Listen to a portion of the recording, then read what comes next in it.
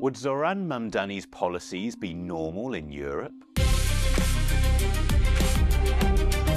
Following Zohran Mamdani's victory in the New York mayoral election, several left-wing European politicians celebrated his victory as a blueprint for what could be possible for their own agendas. As the left in France, Germany and other countries commended Mamdani's proposed plans to bring in a rent freeze, free buses and universal childcare, other online users suggested that his platform wouldn't be seen as particularly radical in Europe. In fact, they said that many of his policies already exist in some form under European centrist and centre-right governments. To see whether Mamdani's programme would be seen as normal in the old continent, we took some of his main policy points and compared them to what exists in certain European countries. In Berlin, for example, residents are protected by a law that caps rents for newly rented flats to 10% above the local comparative rent, while a law in Paris imposes limits on the price of rent in over-rented areas. Protections are common in Europe, but Mamdani's freeze policy goes further than some European cities. He's also pushed for free childcare for all children in New York City from 6 weeks to 5 years old.